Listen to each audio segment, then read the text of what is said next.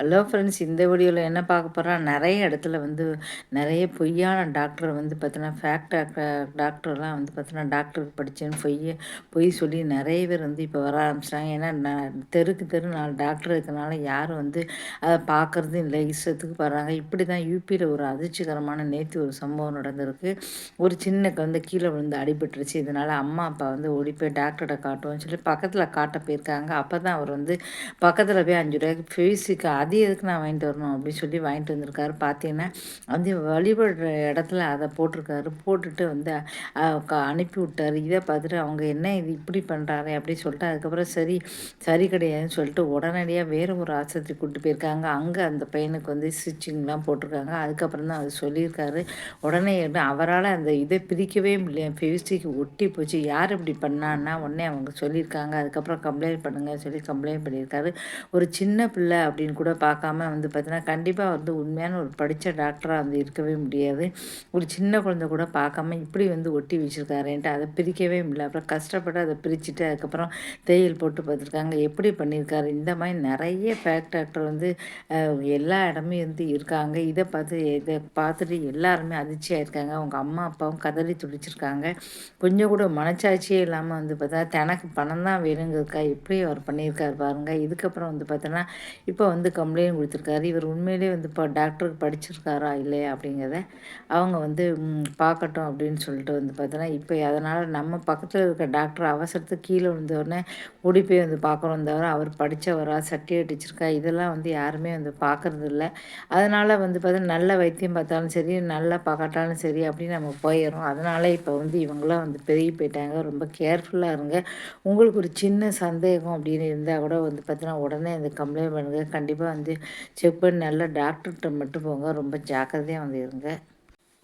Hello first, இந்த வீடியோவில் என்ன முதல்ல ஒரு செய்தி பார்த்துருக்கோம். இந்த செய்தியில் என்ன பார்க்க போகிறோன்னா, ஒரு பையன் பார்த்தா திருவண்ணாமலை பக்கத்தில் ஒரு வயசு பையன் என்ன பண்ணியிருக்கான் அப்படின்னா, அவனுக்கு 2 காதலி இருந்திருக்காங்க. 2 காதலியும் கூட ஊர் சுற்றணும் அப்படின்னா அவனுக்கு ஆசையாக இருந்திருக்கு. அதனால் அவன் என்ன செஞ்சிருக்கான், அம்மாவுக்கு தெரியாமல் பார்த்திங்கன்னா அவன் அம்மாவுக்கு தெரியாமல் அம்மாவோட நகையை எடுத்து அதை கொண்டு போய் விற்று பார்த்தீங்கன்னா அவன் 2 பேரும் கூட ஜாலியாக ஊர் சுற்ற போயிட்டான்.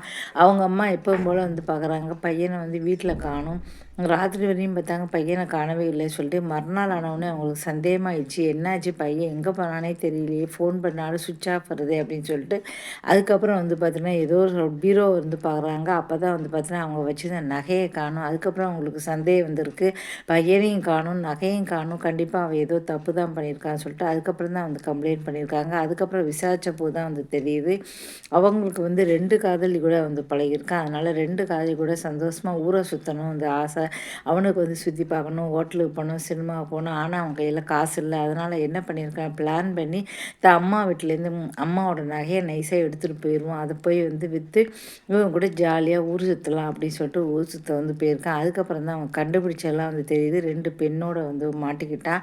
அங்கே இருந்து தான் இது பார்த்தீங்கன்னா ஒரு வெட்கக்கேடான விஷயம் அப்படி சொல்லலாம். தன்னோட தாய்க்கு பார்த்தீங்கன்னா அவங்களுக்கு வேணும்னா அவன் படித்து வேலைக்கு போய் சம்பாதிச்சு அவன் நகை வாங்கி கொடுக்கணும். அதுதான் அவன் அம்மாவுக்கு செய்கிற காரணம். அதை விட்டுட்டு அவன் பார்த்தீங்கன்னா இப்போ பார்த்தீங்கன்னா அம்மாவோட நகையை எடுத்து தன்னுடைய காதலி தான் பெருசுன்னு சொல்லி அதை எடுத்து ஒரு பவுனே இந்த 1,00,000 விற்குது. அதை எடுத்து அதை ஜாலியாக ஊரை சுற்றிருக்கான். இது எவ்வளோ ஒரு நகையை விற்று ஒரு பார்த்தீங்கன்னா ஒரு ஏதாவது நல்ல காரியம் செஞ்சாலும் பரவாயில்ல. அவன் அதை விற்று பார்த்தீங்கன்னா அனாவசியமாக அந்த பிள்ளைகள் கூட பார்த்தீங்கன்னா சினிமாவுக்கு அது இதுன்னு சொல்லி சாப்பிட்டு ஊரை சுற்றி காலி பண்ணியிருக்கேன். இது எவ்வளோ பெரிய ஒரு விஷயம். முதல்ல அந்த பெண்ணுகளை எப்படி சம்மதிச்சாங்க தெரியல. ஏன்னா அந்த பையனுக்கு பார்த்தீங்கன்னா சரியானபடி வேலை இல்லை, சம்பாதிக்கலை. இப்போவே நகையை விற்று வைக்கிறவன் நாளைக்கு அந்த பொண்ணை கல்யாணம் பண்ணிட்டானே வச்சுப்போம்.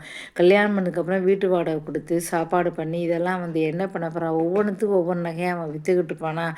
அப்படியே விற்றுனாலும் எத்தனை நாளைக்கு அந்த நகையை விற்று அவன் குடும்பம் நடத்த முடியும். இதெல்லாம் வரவங்க யாருமே யோசிக்கலை.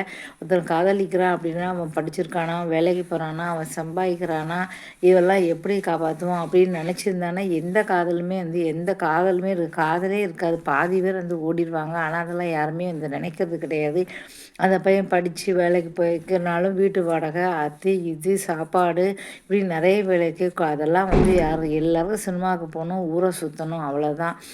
அப்படின்னு சொல்லிட்டு பையங்களாக இருந்தாலும் சரி பொண்ணுங்களாக இருந்தாலும் சரி அப்படி அப்படியே வந்து போயிடுறாங்க.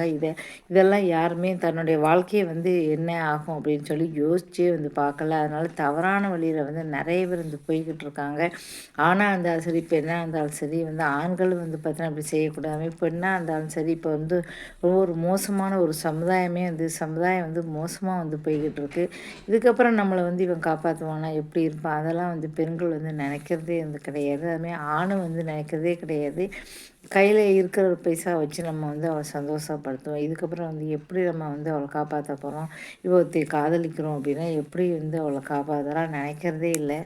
இந்த வீடியோ பிடிச்சா மறக்காம சேனலை சப்ஸ்கிரைப் பண்ணுங்கள். நன்றி.